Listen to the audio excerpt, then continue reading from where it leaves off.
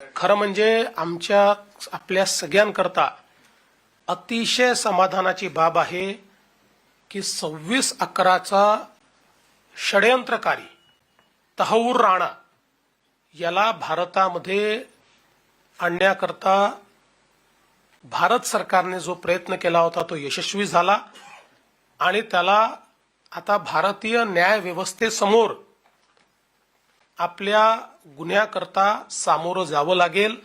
मी याकरता देशाचे प्रधानमंत्री माननीय नरेंद्र मोदीजी आणि भारत सरकारचे आभार मानतो, कारण कसाबला तर आपण शिक्षा दिली, पण षडयंत्रकारी तहव्वूर राणा हा देखील एक प्रकारे आपल्या मनाला सातत्याने टोचणारी बाब होती आणि तो प्रयत्न सुरू होता, तो यशस्वी झालेला आहे।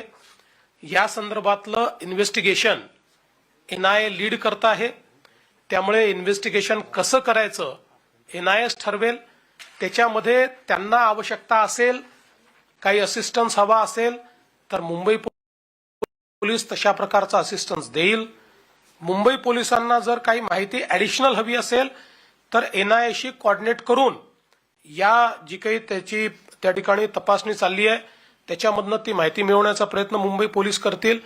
पण या संदर्भात त्याला कुठे न्यायचं आहे, काय करायचं आहे, कुठे तपासणी करायची आहे, याचे सगळे निर्णय केंद्रीय गृह मंत्रालय आणि एनआयए घेईल आणि जो निर्णय एनआयए घेईल त्याला पूर्ण मदत मुंबई पोलीस आणि महाराष्ट्र पोलीस करतील।